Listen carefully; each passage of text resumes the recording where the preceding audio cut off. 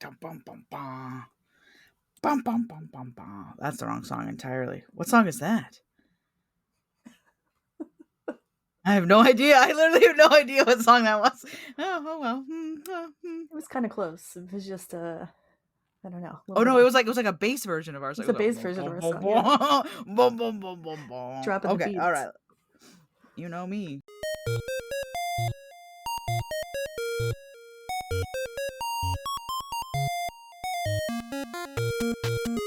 Hello, friends and fiends. Welcome to Bugs Need Heroes, a podcast where an artist and an entomologist team up to illustrate the inspiring abilities of insects by creating about things superhero. I'm Amanda. I'm Kelly. Producer Derek and Desdemona are also here. Before we get started creating this bug-inspired hero, what's bugging you, Kelly? Oh, quite the intro today. Amanda, you are excited. I'm hyped. You're hyped. Yesterday, we celebrated my mom's 69th birthday. I know she won't care if Oh, I wow. tell people Nice. how old she is. And, we got together with my brother, went down there, kind of hung out, and ordered Chinese food. My mom ordered the sweet and sour chicken, and what's bugging me is they didn't give her any sweet and sour sauce. I felt so bad. Oh, no, that's just chicken. It was just like tempura chicken then, yeah, with no sauce. She had to squirt duck sauce over it, which is not the same. Not the same experience. Not It's in just the sweet. least. And my parents live in like a what do you call them? Like an adult community, I guess. Yeah. 55 plus. Retiree community, which is kind of a little bit like 30 minutes away from everything. So you can't even say, "Can you please bring me the sweet and sour sauce?" Because it's like 30 minutes away. Yeah. Yeah. So. Oh. Well, I went to Korean barbecue yesterday. Ooh. And I didn't eat breakfast because I knew we were going to the Korean barbecue. And I did not realize it was like all you can eat. We left that place so full of meats. It's ridiculous. I love many Korean meats. barbecue. I haven't had it in so long. Good. Bulgogi is like, Mhm. just bring more. I want all of it. So it was amazing though. I always forget how good it is, and then I am like, oh man. Nothing compares. I don't think we have we used to have a pretty good Korean barbecue place here in my city, and I don't think we do anymore. I gotta look it up though. I love Korean barbecue.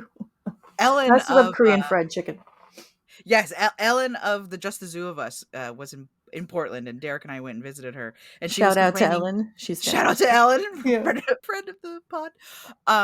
But she's a Southern girl. She's used to having fried chicken anytime she pleases, and I guess all of our fried chicken sucks. She was like, "This all blows," because she's used to the real deal, right? Real stuff, yeah. Right. And her solution that we were able to come to with her was, you got to go to the Korean fried chicken places. Like, that's as close as you're gonna get to the good stuff. Oh, that's good. I'm glad you guys got to hang out. Definitely friend of the pod, Ellen. Yeah, from Just the Zoo. She's great. No complaints. 10 out of 10. 10 out of 10. Listen to her podcast. You've heard her on our podcast before on the Pokemon episode. Yeah. But always shout out to the friends of the pod.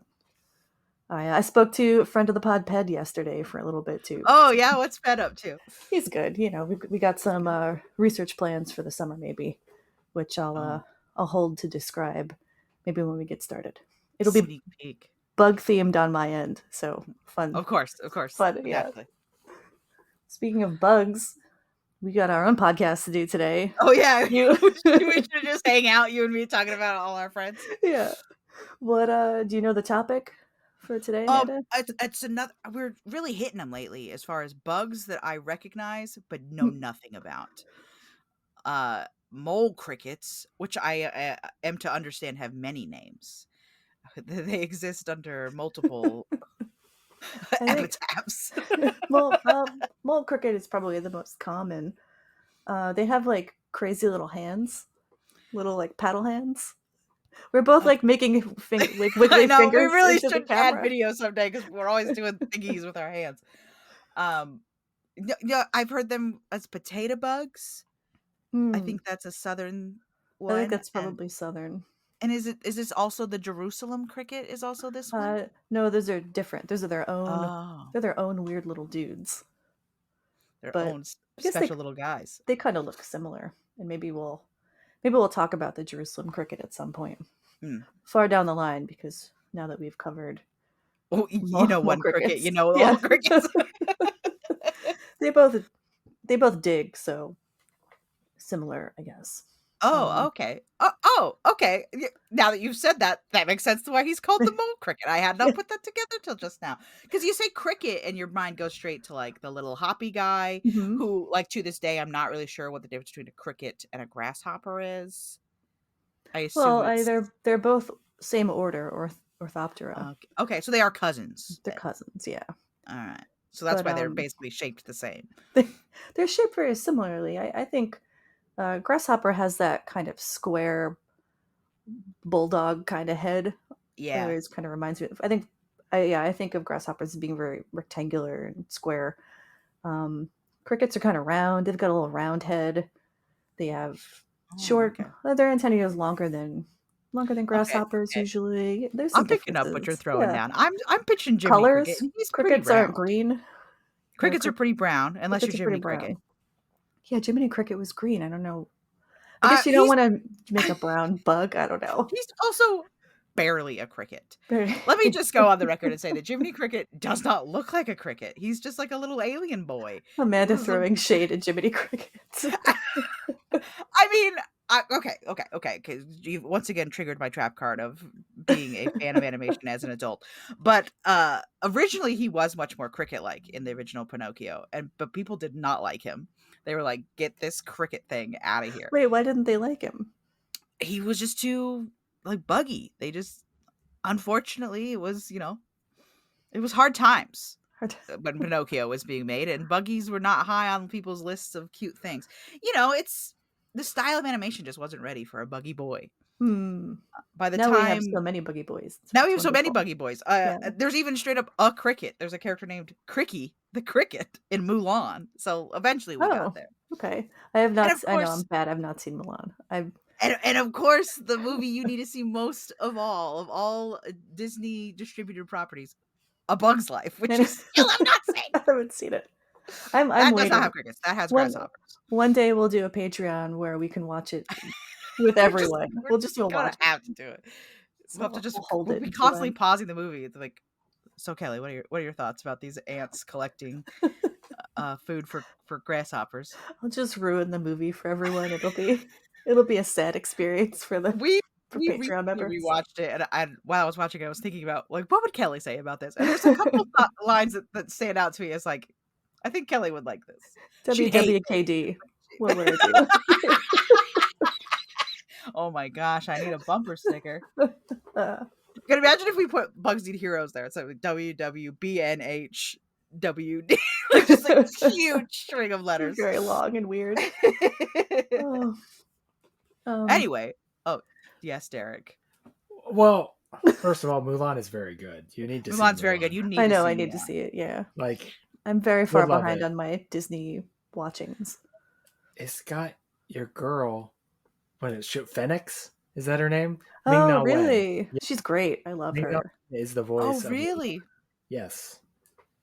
All right. Yeah. Well, fair. Yeah. Fair. I think she's a Oh, fantastic actress. she's so good. She's got the Disney suite too. And the songs, fantastic. Mulan, A+ movie. Really? Yeah. A+. I saw it 3 times in theaters as an 8-year-old. Anyways, 3 times. but I wanted to go back because I'm curious what Amanda thought this bug was. Okay. Based on just the name, what did you think? Why would you? Because she I'm was getting some surprised at interference. Diggs. Hold on. Yes, yeah. What else do you think of moles as besides digging guys? I guess I just hadn't really thought Amanda about on the his spot? name much. Sometimes you're just presented with something and you go, sure, that's what that's called. And you No don't other think about thoughts what happening. no other thoughts. Head empty. If I thought about it for a second, I would have been like, yeah, he's a naked mole rat. He's a rat that's really a mole, and he's naked. It's a rat first in that case. Actually, they are rodents. Moles are not rodents. Yeah, different. Yeah. But yes, okay. I'm gonna drop some pictures from Kevin into the live recording chat. Kevin, friend of the pod, Kevin. Tell us what you think about that. So many friends today. I know. I love that we have friends of the pod. Look at that guy, Amanda. And we'll. I think we could probably share this on the Instagram too, all the socials. What do you think, Amanda? Okay, so I'm looking at him. Oh, this is not what I was imagining. Maybe I've been looking at the Jerusalem bug all this time. Are those wings on his back? Mm-hmm. Look at how pretty they are too. Look at the venation in those very wings. Cool. They're very Art Nouveau Yeah. template going on there. And then he's got this front shield over his thorax situation, and then his little head coming. The notum. He's got like a big. It's called a notum, that covering over the thorax. And I assume that his second body part is hidden underneath there because it kind of blends his head and thorax together, like a little monk's hood here. Can you see his little hands? And he's got these little.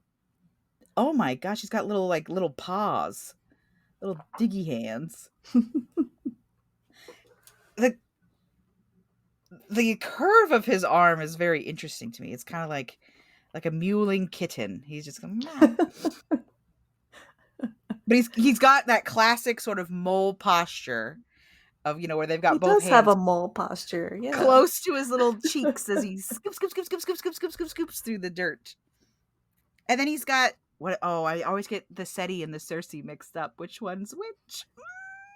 You know which one's which. I don't know which one's which. You know. Okay. Think about our friends, the earwigs. I'm going to say it's SETI, but I think it might be Cersei. No, I'm so bad at bugs.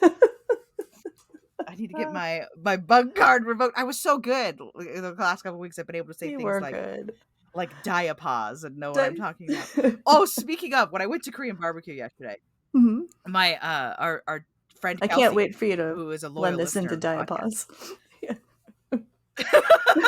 Well, she said she was standing on her porch and she was looking out, at the wintry scene before her, and she goes, "I wonder what bugs are overwintering in my yard." And then she goes, How do I know the word overwinter? She had to realize it was because she was listening to the podcast. And I was like, we've taught someone. One person has learned. That makes me so happy. The only ones who are benefiting. So shout out to Chelsey.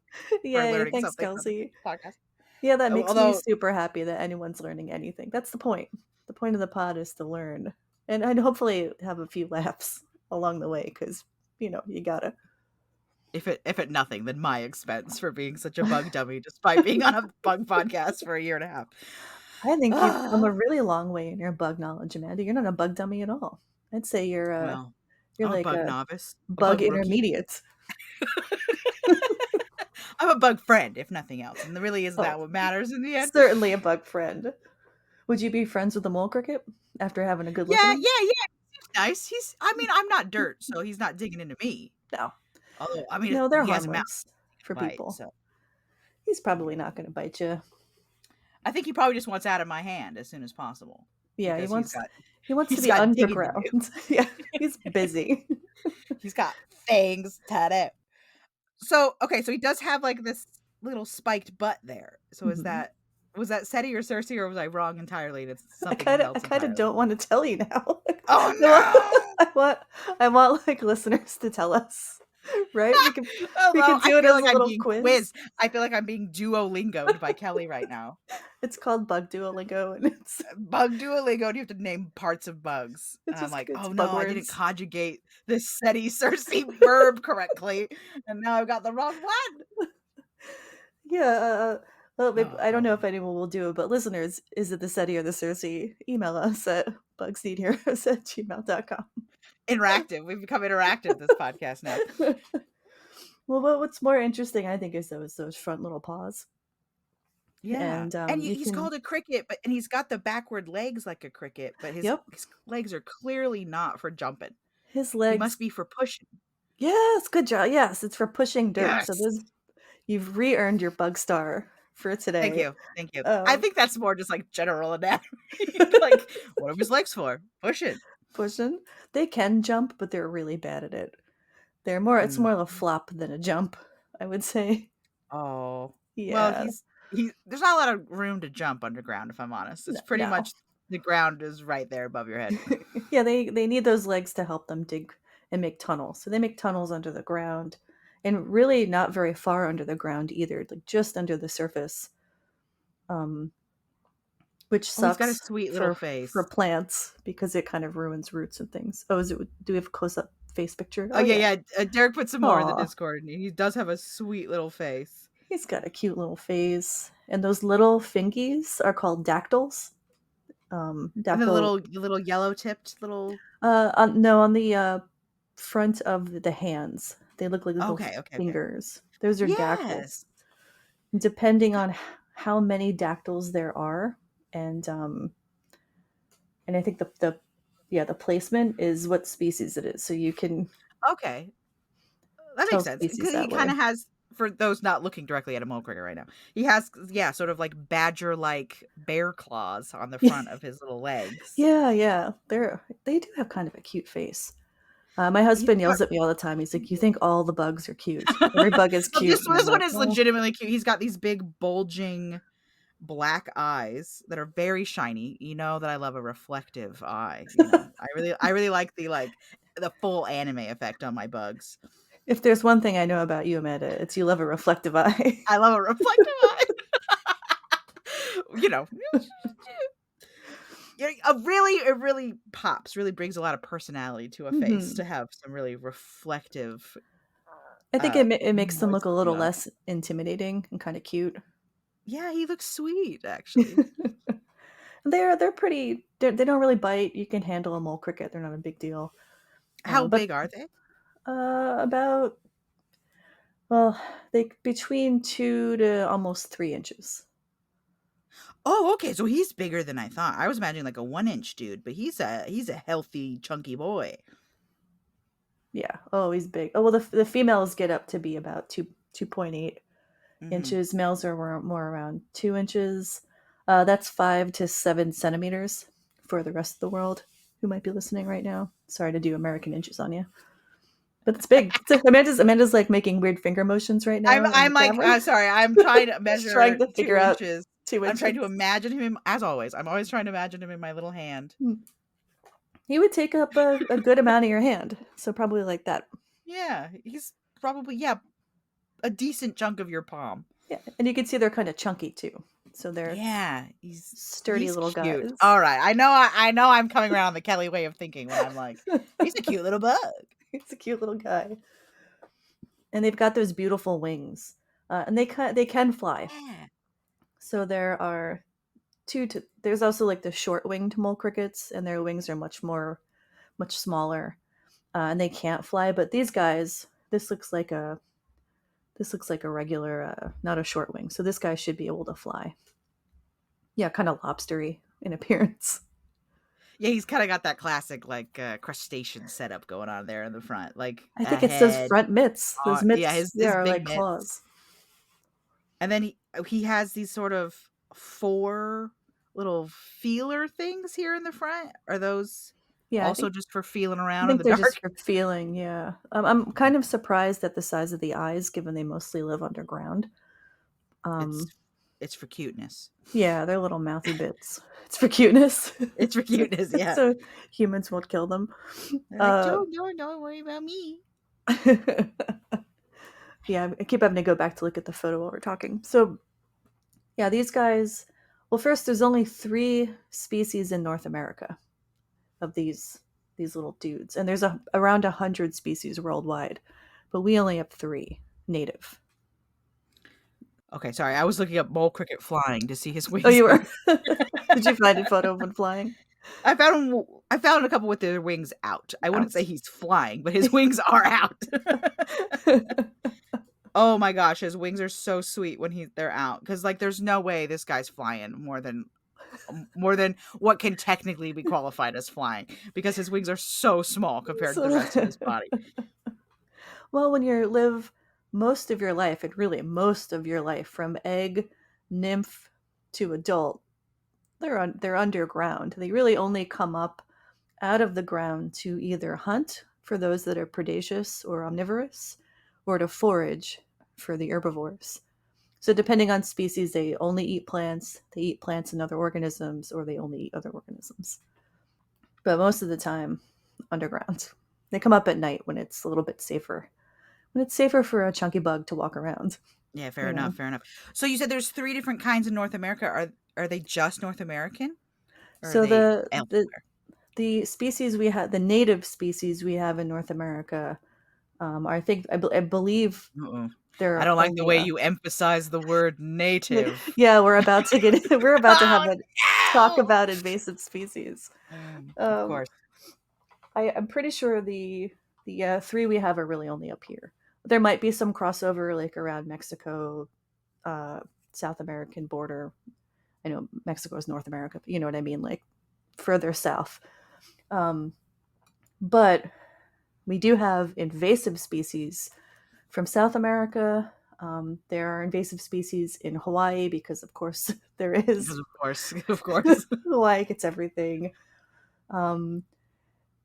Puerto Rico has a few invaders. They just kind of move around a lot, and I think, Amanda, this might make you think they're even cuter. So hold on to your butts right now, everybody. Oh my gosh. Their little bodies are covered in hair called setae in ecology, and it traps air around their bodies. So when they land in water, they float. Oh my goodness. Built-in flotation of it. I did notice when we were looking at these macro images of them that they They're do quite seem to hairy. have, yes, a significant amount of little fuzz. But the invasive species that get here and move around probably get here in ship's ballast. So they're just floating around inside a ship. It's not their fault. They didn't want to be here. Gosh darn it, they've been floated over here in a boat. That is so funny. I'm sorry. There's Can you picture them just floating around in a ship waiting to land? Give us your mole crickets. Your mole crickets. So are they so a lot of time when we talk about invasive species, we're talking about like people are moving trees around and oops, there was bugs in the root ball, or there was bugs in the trees. Where are these guys coming? Like why are they on the ships in the first place? Is it botanical? Is it? No, they're in the ballast of the ship. I'm not quite sure how they get in there. How they get in there in the first place? Yeah, interesting. it's very weird. What are you doing, mole crickets? This is a mystery. How did you get in there? I just love that they float. It doesn't. Yeah, sometimes we talk about like I don't know where they're from, and it reminds me of how in like medieval times they thought bugs just like appeared, that they just manifested out of like flies. Yeah, exactly. Like they're just like there was was no flies here, and now there are flies. They must have just emerged from the miasma, and we don't know. These mole crickets are from the miasma inside these ships. Well, it kind of makes sense that they float because if you figure if you live your whole life underground in a tunnel that you've built, if that tunnel floods, you want to be floated out the other end. You want to go up to the top. That is so clever, so smart. Thank you, evolution. So smart. It's amazing, right? Like nothing triggers my claustrophobia quite like a tunnel does. I'm not usually very claustrophobic, but you'd never catch me spelunking. Yeah, I can't think like a fate worse than death. Okay, I'm sorry. Like I'm not going down. Like you see those videos of divers where they're like, I went through this tunnel just to find out where. I'm like, what are you doing? I don't want to drown. I have a healthy fear of drowning. I grew up down the shore. I swam in the ocean my whole life. And you never learn, turn your back on the sea, Kelly. Yeah, you learn to be respectful of the sea. But yeah, every year at the Pacific Coast, we always get like whole family swept out to sea because they were using their minivan as a boat, and you're like, why were you doing that? Is that a Pacific Northwest thing? I don't think I've heard that over here. Oh, okay. So our coastal highways, all of our beaches are technically highways. Oh. Which is so you can drive your car. Not here. You can only drive your vehicle here in designated areas on the beach. Here if it's designated as a non-car zone. Otherwise, you can't. That's crazy. I'm not saying you should. I'm just saying you can. Yeah, which legally. is why it was the like transportation department that blew up that whale in the 70s. Oh. Because technically the beach belongs to the highway system. Not the whales. Not the whales. Kelly, you're familiar with the You're whale? familiar with the exploding whale? No. Oh, okay, no. We have to take a break. Okay. I'm sorry, we have to stop right now. You have to know about the whale. I'm gonna put in a rotunda jingle. I gotta find that video. We're gonna have There's to a take whole a break. video? Oh my god. Oh my gosh. Girl, Amanda, please explain. This is deep Okay. Oregon lore here at this point. So a whale washes up on the shore of the Oregon coast, as happens sometimes. But it's like a big chunky whale, right? This is like a whole whale. Yeah. And they got to get rid of it because they can't just let tons and tons and tons of whale rot on the beach for what will no doubt be months of carcass. Yeah, I've been around whale carcasses before, and the smell is for oh, it's horrendous. It's awful. Yeah. Hold on. Let me. Should I watch this video? Yeah, watch the video right now. I will edit this part, and we'll be back in a moment with Kelly's response to this. All right, I'm at the countdown. Yeah. Get ready. Oh no! It's so much explosion. Wow, that is. You can see chunks falling from the sky in this video. It destroyed cars. Really? Because there was 400 pounds of whale blubber just lands on a dude's car, and he's like, I can't believe they did that with a crowd around it. Like, how do you not know there's going to be large pieces of heavy whale blubber raining from the sky around children? I don't think this has been tried before. So, this was the test case. This is a horrible idea. So the story goes, let me see if I can remember all the facts correctly. I'm sure I'll get actually in the comments. But so it's a sperm whale. It washes up on the shore. I don't think it's a sperm whale. Sorry. Continue. Sorry. I think it is a sperm whale. But so it washes up on the beach. I think in like Florence or one of those coastal towns. And yeah, I think the video's from Florence. Okay, great.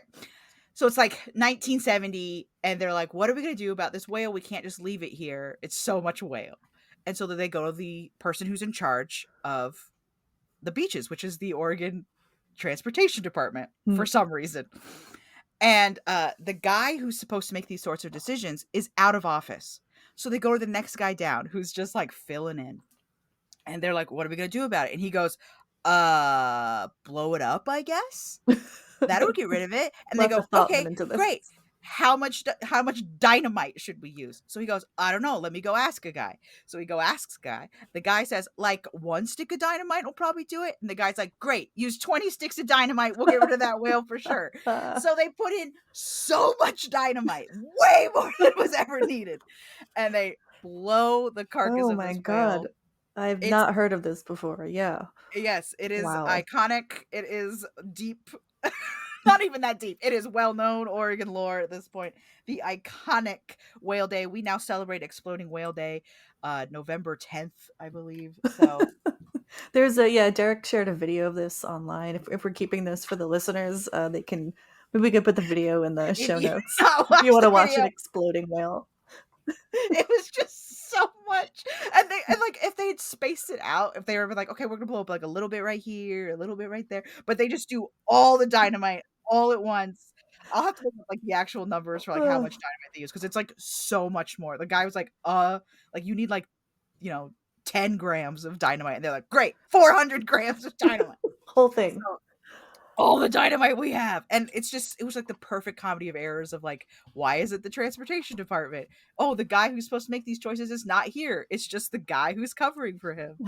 He doesn't know what he's talking about. It's the perfect storm of unqualified people making dangerous decisions. Right. And then, K2 News shows up and is like, hello? We're going to watch this whale exploding. And then, notably, this all happened before the Marine Mammal Protection Act of 1972.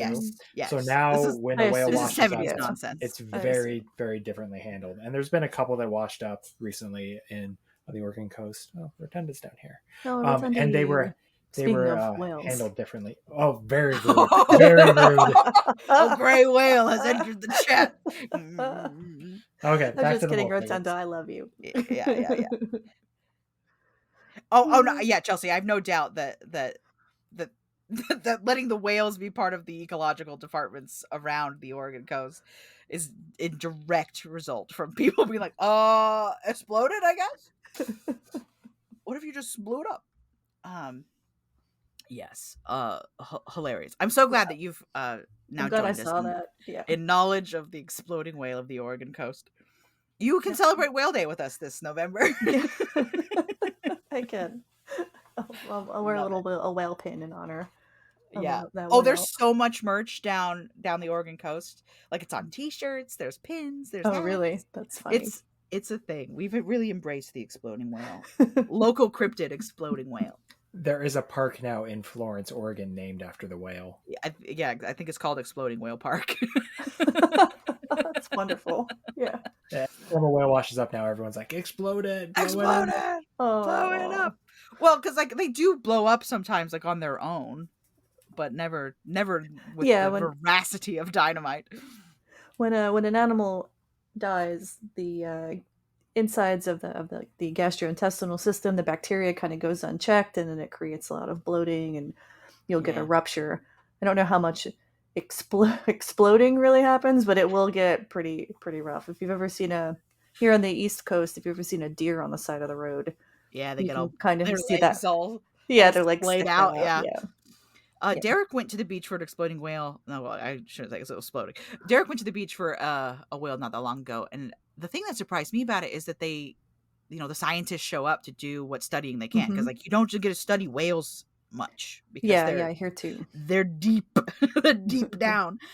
But the first thing they did was like take the sperm whale's jaw off so that people couldn't scavenge the teeth. Yep. Yeah, they're expensive. You can sell them for a lot of money. Oh, like scrimshaw stuff or whatever. I don't know what scrimshaw is when it's like the native practice of carving scenes. Oh, okay, that's cool. I just mean like general, stuff. Like collectors will pay for a whale tooth. I think it'd be cool to have a whale tooth. I'm not gonna lie. Yeah. I think that'd be really That's cool. why they do it. That's why they do it though, so that you can't take them removed. Because there's a lot of things like that, a lot of animal parts that you're just like not allowed to own in Oregon. I don't know if sperm whale tooth is one of them. Teeth are an important part of study when you're studying mammals. There's a lot you can learn from a tooth, so they probably want to keep them for that purpose as well. Right. But here too, the scientists always come anytime there's a whale up, and we have the Marine Mammal Stranding Center in New Jersey, so usually you call them, and they send out marine biologists, and they come and do their thing. We've got several. Been on the beach once before when that's happened when I was working. But anyway, mole crickets. Mole crickets. Back to the little man at hand here. We should talk about him. He would never explode on us. He wouldn't. He would politely desiccate like a gentleman. Politely desiccate. Also, good job with desiccate, right? Look at all the words you know. I am a genius. Yes, so many words now. So the problem, we were talking about invasive species before the whale chat happens. Right, exactly. And no, it's great. Whales. I learned a lot about Oregon from that video. But so the invasive species are annoying because they dig, like I said, only a few centimeters, an inch or so below the soil. And when that happens, they push the soil up into like a little mound, and that dries out the soil. So the plants living in it desiccate. So that little like cartoon Wile E. Coyote is under the ground, and you need to watch where he goes. That's what it looks like. You can actually see their little mounds with your eyes. They're not hard to see. You'll see them. They'd be pretty big because you've said that he's a chunk. They're pretty big. They're inches in length. They're chunky. Yeah, you'd be able to see. That's interesting. So it pushes it up, and then the compactness of the soil is part of what keeps it wet. And so once it's all once you've mounded up, you've created a lot more surface area when you've pushed a mound up like that, and all that surface area leads to evaporation. But they also end up destroying roots, germinating seeds. They ruin, and they're a particular pain in the butt on golf courses, anywhere with like turf grass. Oh, are they eating the like bottoms of the grass, or are they just pushing They're pushing it around? it up. They're pushing it around, which is annoying. Yeah. Derek makes the choice of F golf courses. And yeah, absolutely. Oh yeah, I agree. absolutely. I agree. But they're also a problem for sugarcane farming and some other like crops and things. So not just golf courses. I imagine they're also equally annoying in a park if you're just trying to have a nice park, a place to go play soccer with your kids or whatever. Right. But they're a pest. And that's just because of the tunnels they make, not because they're eating anything specific. It's the tunnels. Yeah, the tunnels are very annoying. Think of like a gopher, but smaller, or like a vole. Maybe you've seen vole tunnels before. We have a lot of grasses up too. Gophers is the thing in our area that we gophers. We get them in our parks a lot. We have a lot of stretches of green fields that we call parks in our suburbs. We're like, yeah, it's a park. I'm like, it's definitely just a field, you guys. Amanda definitely means moles here, not gophers. Moles, sorry, moles. I do mean moles. But you can see them. You can their heads will pop up. Aw. And you can be like, hey, get out of here. And they're like, what? They're not afraid in the parks either. The problem with the invasive mole crickets is they don't have a lot of predators here for whatever reason. I mean, our native mole crickets have predators. Really, it's amphibians like to eat them, so big frogs. So so they don't have the invaders don't have a lot of natural predators here, which is a problem. But what control measures have been taken, and this is your favorite kind of control. Yes. Is they bring in... Tell me who they brought in! They brought in a parasitoid wasp, a parasitoid fly, and a parasitic nematode. And remind me once more, what is a nematode?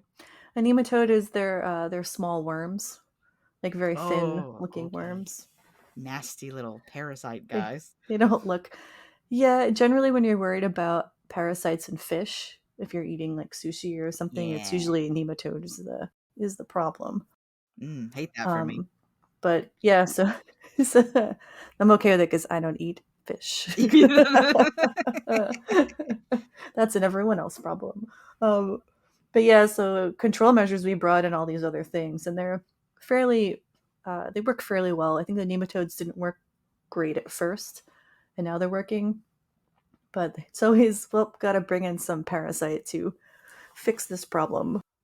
So, I mean, I hate just the phrase parasitoid wasp. I think that's a nasty little phrase. But so I assume, given the three names you gave me, nematodes, parasitoid wasps, and parasitoid flies. Is that what the other? Yeah, some flies too. So I assume they're doing my favorite thing, which is eating him from the inside. Yes. Yeah. Oh, no. What was he didn't ask to be here. He showed up on a boat and he came over. And now he's being eaten. He floated on over, and it's just the way it goes. It's just the way it goes. That's the circle of life, baby. Oh, and you had mentioned overwintering before for Chelsey. Yeah. Chelsey mentioned overwintering before, and these guys can overwinter as nymphs, so as little dudes, or as adults. Depending on the species and probably depending on what region they're in. It likely depends on how cold things get, which is kind of cool. I don't think we talked about life, kind of like life cycle yet. So they start in the dirt as eggs with like 25 to 100 of their sibling eggs. The mother sometimes stays, depending on species. Sometimes they're good mommies, and they tend to the eggs and they keep them clean, free of fungus and all that. Or they drop them and they go. Takes a few weeks for them, maybe 10 to 40 days to hatch. Then we get nymphs. These guys they undergo incomplete metamorphosis, so egg, nymph, adult. Yeah. I love them because the nymphal form just look like little mole crickets with half wings. Or no wings sometimes. That's so sweet. Just little guys. Trying to look. I don't know if I have if there's any photos around, but they just look kind of goofy as babies without wings. Just a tinier version of our friends. And Yeah, like I said, they come out of their little tunnel at night to feed, either to munch on other critters or to find plant life to eat. But what I love, and I think Amanda you'll like this too, is how the males find females. We love a courtship on this pod. We do. We do. So those beautiful wings, you can see all the veination in them. They rub their wings together to create a song. And the song is so loud. It's so loud. You can hear it for like 0.5 miles and it's 90 decibels. Oh my gosh. 90 decibels. You're just like out there in the in the dark of night. I assume at night because they talk about them being nocturnal. Mm-hmm. And he's just like out there. I don't know what noise it is yet, but as a cricket, I'm imagining that like noise that crickets make. And he's just shouting that to the heavens. So I'm looking loud. for a lady wife. I think Derek has a sound recording for us to listen to. Oh yes. Is that in the chat somewhere? Okay, right, here we go. 16 seconds. Ready? Yes, ready, set, go. Oh, it's very loud. Sorry, I'll move right away from the microphone. Being loud is authentic to this. Yeah. Yes, that is what he does. What do you think, Amanda? Honest to goodness, if I heard this out in the wilds, I would assume it was a frog. Yeah. You know what? It sounds a little tree froggy to me, sort of. Yeah, it kind of has that rhythmic meh, meh, meh, meh, meh noise that a frog might make. And I got a lot of tree frogs in my area specifically. Like we have these little green tree frogs that are everywhere right now. Yeah, I would assume it was a frog. I've probably been hearing mole crickets other times in my life and I have no idea. I don't remember what you said their span was, but it sounds like they're mostly in southern states, not up here by me. The one we just heard is the northern mole cricket, and they're by me. And I wonder if I've heard that before and just had no idea, if I just thought it was a frog in the evening. So the male, he's got his little tunnel, and when he's ready in the evening to make this very large sound, he starts shaping the tunnel entrance into a horn shape. And then he sits at the narrow points and plays his song for the horn shape to amplify his little love song. Oh my gosh. He's singing into like a little cornucopia. Yeah, basically. Like, hello. Lady wife, I am here. Amazing, right? Mole cricket. I don't know what to call it. Ampliphone. I love that they've built an ampliphone just to do this. You know, it's kind of incredible. Evolution to me is always interesting, and I can't believe all these just neat ideas. Not really ideas that the animals don't come up with them, but you know what I mean? Like there's yeah. But like somehow I don't want to anthropomorphize, but yeah, just incredible. When you think about the size of a mole cricket, I mean, I don't think I could get heard for half a mile, and I'm a loud person. I don't know. I bet I could hear you from half a mile. But you're tuned in. I'm tuned in though, yeah. Like the lady mole cricket, you're listening for my call. You're out there like, who's that? Oh, it's Amanda. She's talking to me about bugs. I'm like listening and waiting for the bug calls. Yeah, exactly. I'm also like flashing lights like a glowworm. You know, all the things that we've talked about bugs doing. I've got a protein shake ready for you. Oh no, the protein shake. It just became still waiting for disgusted emails about that episode. Oh yeah, BugsNeedHeroes After Dark. So we've kind of gone over all their interesting things here. Their superpowers. They're excellent little digging animals. The males are top-notch singers. They're super loud. Even half a mile is very impressive for a sound from something so small. They can fly. They're not, I don't know how great they are at it, but they can fly. They're buoyant, which makes me laugh thinking about them floating around. So what are you thinking, Amanda, as a hero for this guy? I mean, at the top, I said that their little body shape reminded me of a monk, but I'm hesitant to do a monk like that Franciscan robe thing, just because I don't want to you should do that inaccurately. Do something with those beautiful wings. They're kind of Art Deco-y. Yes, the wings. I feel bad emphasizing the wings just because they don't use them much. So we keep them short, like a little caplet, whatever that's called, short cape. Yeah, that's an idea. Okay, here we go. So I want to give him like a cute. My under sketch so far is a cute little pose. I'm worried it's a little bit. Derek hates when I use this word on the podcast. He's simping a little bit. Pose wise, he's doing. So I've got it right now. I've got him standing, and he's got these big old mitts in front of him, and he's just kind of like lovingly looking at the viewer. I've got a hood on him, but I think I need a better way to like incorporate that. So, okay. So I'll make his hood go into his capelet, and then they can all be kind of Art Nouveau-y. Yeah, because the producer Derek did mention the females use the wings. The females are looking for the males, so they're a little bit more. Oh, okay. So he's standing there shouting. They're saying, more hello! movement oriented, yeah.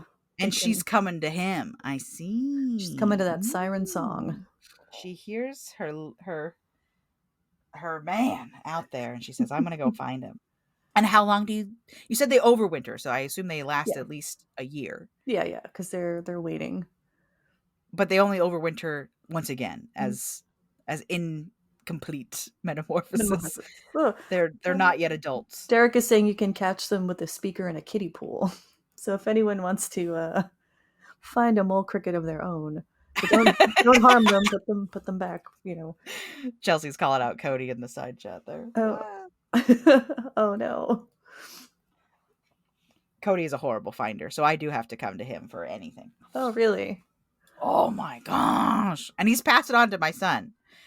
Like they'll be standing on top of their shoes and be like, "Where are my shoes, Amanda? Have you seen my shoes?" I'm like, "They're on your feet."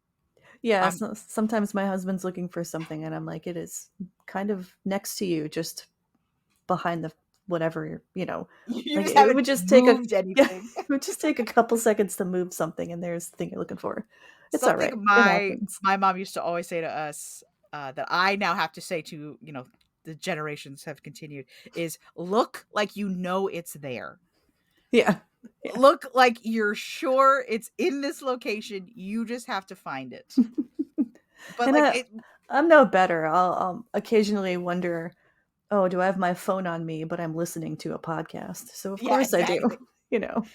Yeah, when you go to scroll something when you're talking to someone on the phone, then you're like, oh wait, no, I can't scroll right now. I'm on the phone.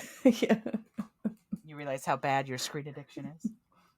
Oh, so I have to ask, when you're making heroes, what makes you choose if it's going to be a boy or a girl?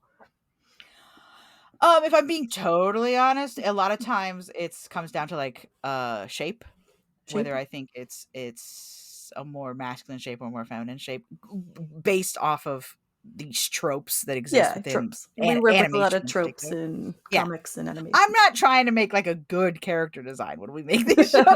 I'm trying to make a perfunctory character design. I'm talking like what gets the idea across as quickly as possible. Yeah. So a lot of times that means I'm leaning hard into the tropiness of it all. I think that's part of the fun. Yeah. Although we should maybe do like a couple. Just get some non-binary characters in there. Oh, for sure. Little representation. I don't know that mole cricket would be the one I would choose. Yeah. I also try to my natural proclivity is to draw women, femme women. So I try to make, when there's a chance that I don't feel like a bug is particularly like their more interesting behaviors are like dimorphic, I try to make it a dude. Just trying to get in your mind as a creator here. Interested. See behind. All right, let's give him. I'm gonna look up those wings again because they're so cool. Yeah, they're really pretty. The listeners can't tell because we don't do this as video, but Amanda had to turn her video off due to connectivity issues, and now it's weird. I'm just staring at a black box, but not looking at it because it's weird. So just waiting. Actually, low key, I'd buy this hoodie. It looks really cool. The hoodie you're making for the mole cricket? Yeah. I gave him kind of a hoodie situation, but then like his capelet comes off of his shoulders. Oh, that's cool.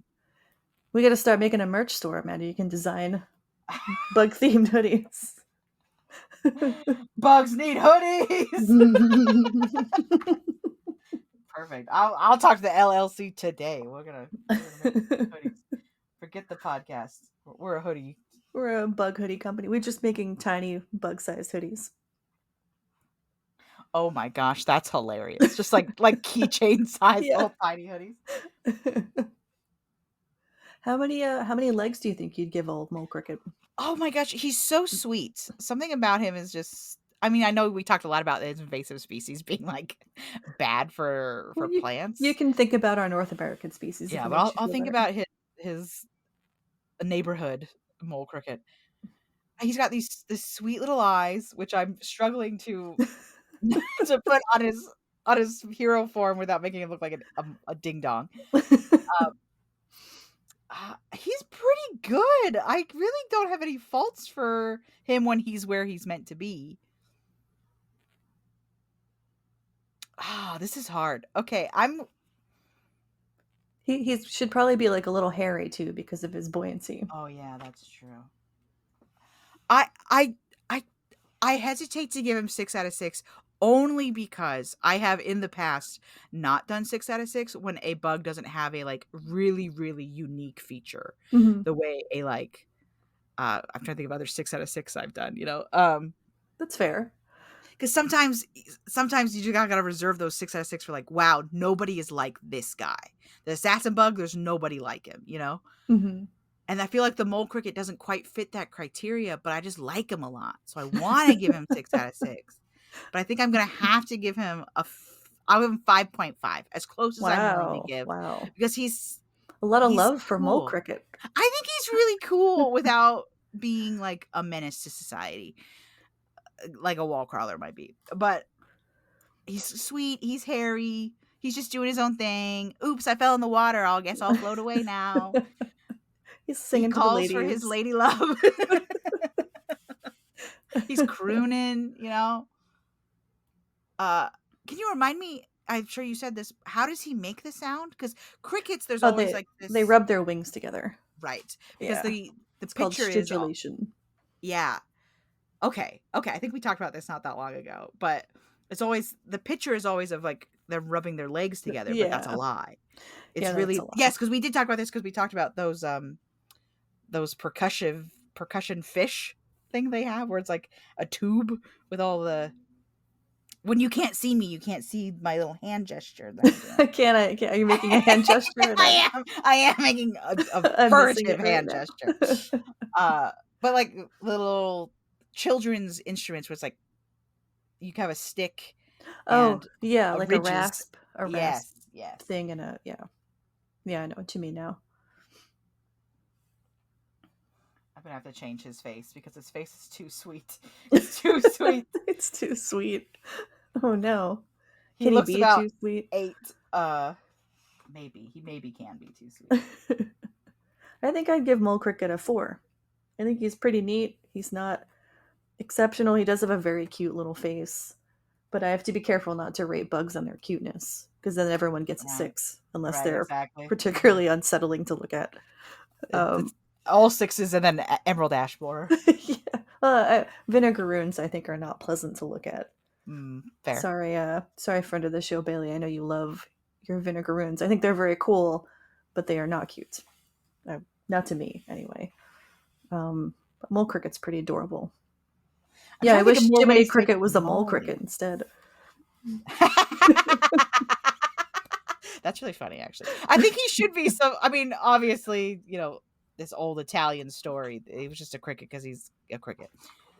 But it should be like a termite or something, right? That like lives inside Pinocchio's head and whispers things to him that only he can hear. Because otherwise, like if everyone can hear your conscience, it's not a conscience, is it? Yeah. This is my Guillermo del Toro rewrite. He should be a termite and live in Pinocchio's head. Well, I mean, the nice thing about mole crickets is in Zambia, they're considered bringers of good fortune. So I can see that. Good. A lot of these like noisy bugs, which we've had a lot of noisy bugs all here in a row, is if you hear one, it's either good luck or bad luck.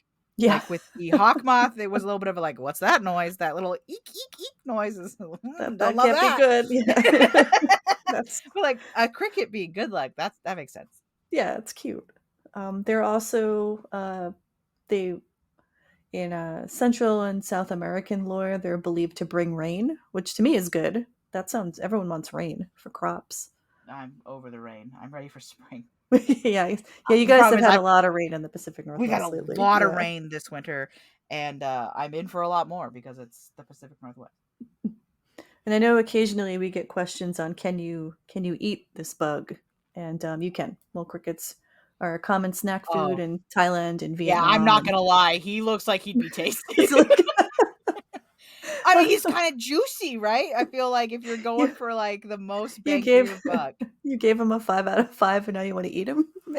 I'm not saying I want to eat him. I'm just saying if I was lost in the woods, wherever this mole cricket might be, sounds like possibly Thailand, and it was like die or eat this guy, he'd be the one I'd pick because he's juicy looking. He does look juicy.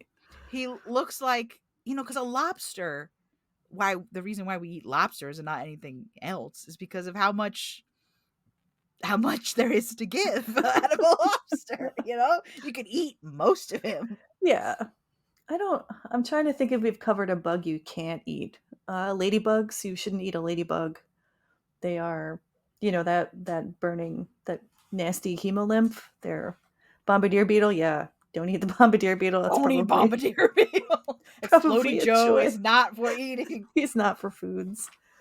But a lot of insects and arthropods in general, you can eat them. I don't want to eat them. I have texture issues, and I think the gooiness of a bug would make me very uncomfortable. Other than like the tiny outside, I've eaten tiny fried mealworms and they were okay because they were just crunchy. They were so small they were only crunchy. The minute anything becomes gooey, I can't do it. So I don't think I could eat mole cricket. I think I'd be pretty uncomfortable about it. He's too big. Potentially gooey. Yeah. But what if he was like deep fried? I feel like you could deep fry anything. Super crunchy. Like tempura. You can't even see his mole crickety shape anymore. Well, if I bite into him though and he's gooey, I can't do it. I would have I'd have a bad physical reaction on that. I wonder, so you make cricket flour. I could do that. I could make cricket flour out of them and then bake cookies, and I'd be totally fine with that. No problem. Because I think crickets in general should taste kind of nutty because they eat a lot of, either they're eating plants or they're eating other bugs that eat plants. So you're like kind of right there at that bottom level of the food chain. Okay, I'm going to share this guy to you. He needs more to make him specifically. This has turned into Bugs Need Seasoning. So bugs do need seasoning. Always season your bugs. Salt, pepper, maybe a little chili. It's all good. Some paprika. Okay. Like I said, I need to change his face because his face is too sweet. But I love the warning. I love the warning that he might be too sweet. He might be too cute.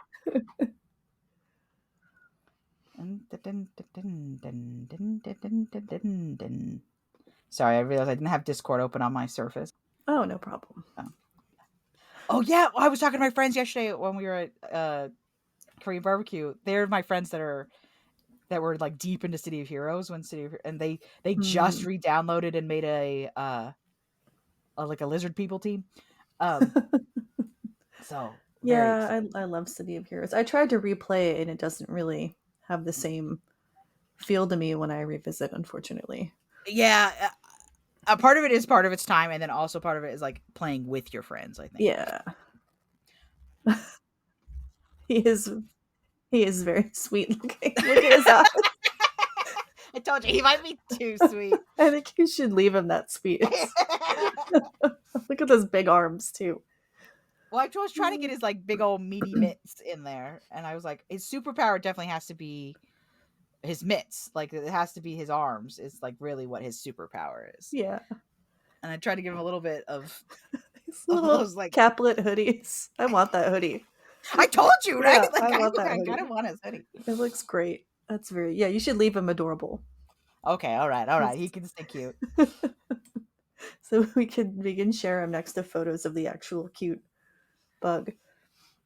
I often wonder if the listeners find any of these bugs cute or not.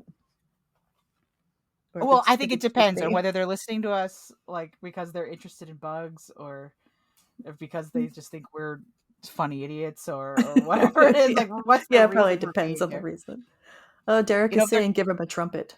That would. Oh yeah, I thought about giving him a guitar strapped to his back, but I think a trumpet makes more sense. Yeah, because he makes that little like horn. If I give him a trumpet, he's gonna look like a 14-year-old band geek.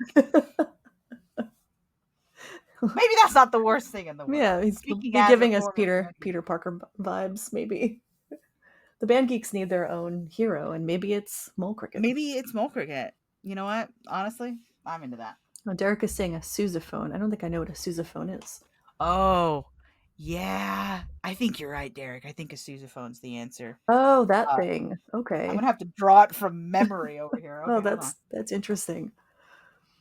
I just had to Google it because I didn't know what that was. But yeah, is the marching form of a tuba.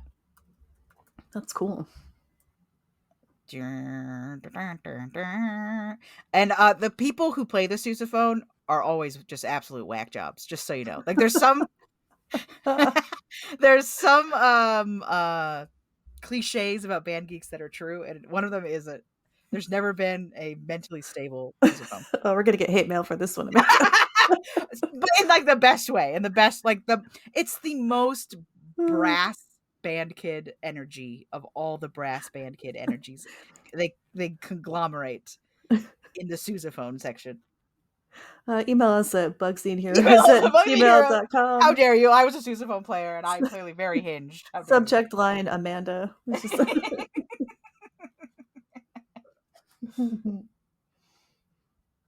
Having to draw a sousaphone has really taken me back to my high school days over here.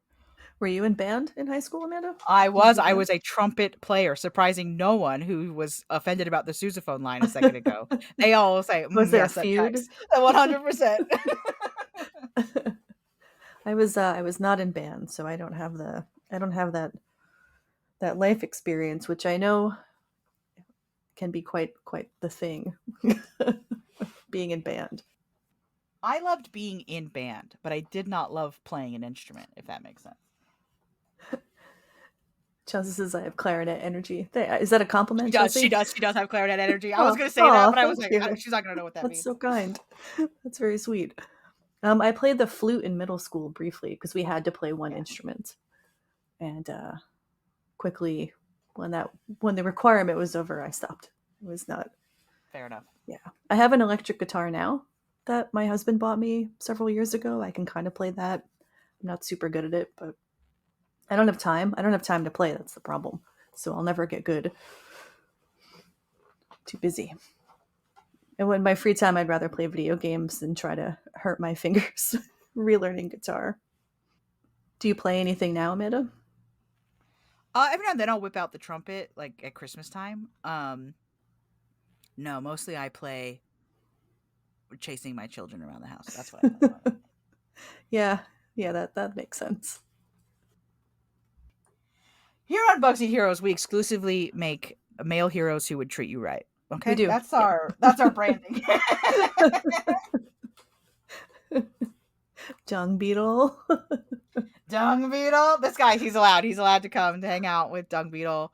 And he's too shy to come to the gym with Dung Beetle and Bumblebee, but they're working on him. They're gonna get him there. They keep inviting him, and he keeps saying, "Oh yeah, one of these days, guys, for sure."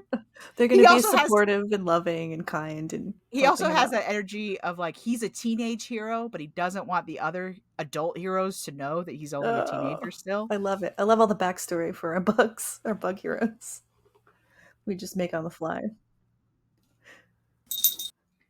All right, I added a sousaphone, and I changed sousaphone. He's great. He's fantastic. How does he take the sousaphone underground? It doesn't make any sense. He'd have to like constantly abandon this sousaphone all over town, and then like, because I'm imagining that like he gets in danger and he like digs. He's gotta drop it. Yeah, you're just gonna have to leave it there and like go get it later. Unless he builds the sousaphone out of dirt. That's a dirt every built single sousaphone. time. He's like, quickly, I gotta shake this sousaphone. Then it would have to be like clay, and you'd probably have to fire Yeah. it. It'd be very brittle. It'd be a weird thing. He only needs to build it to last like this fight, though.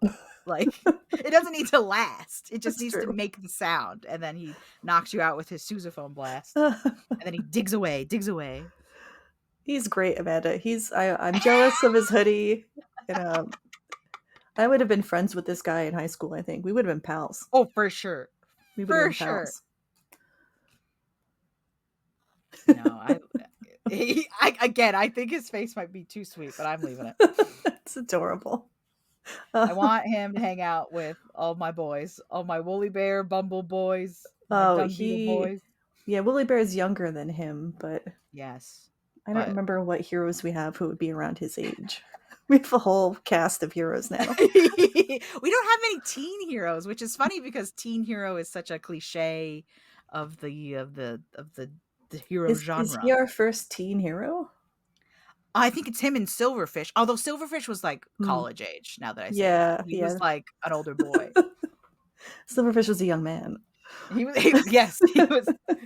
a young adult out on the town. Yeah. Responsible. He's very responsible.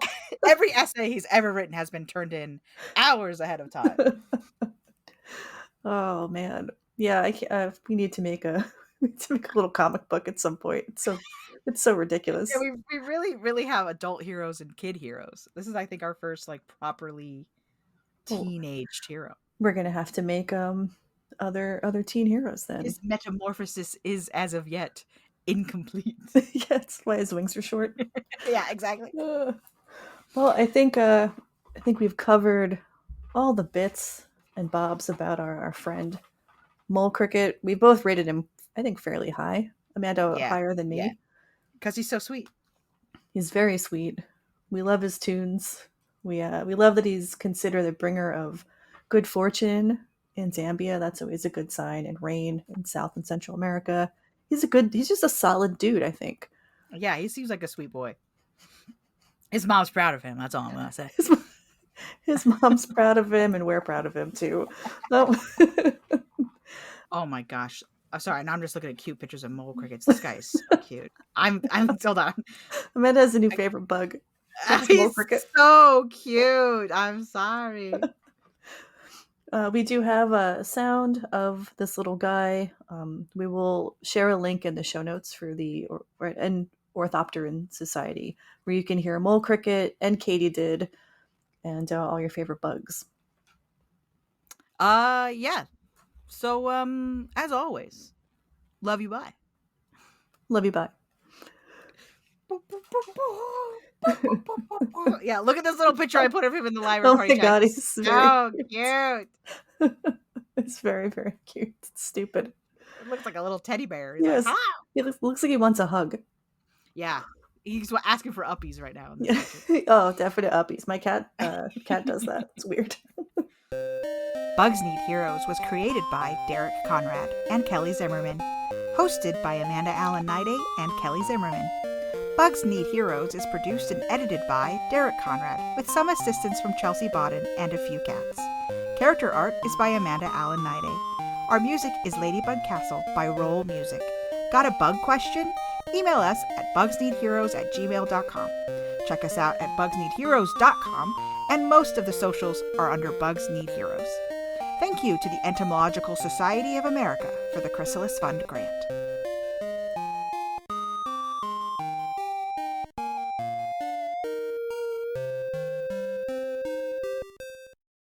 Oh, I've just realized mole crickets are in Animal Crossing. Oh, are they? And you find them by listening to them. I'm a dum-dum. I can't believe I didn't realize that until just now. And that's going to be the end stinger. I haven't played Animal Crossing in like a year, so it completely had slipped away from me.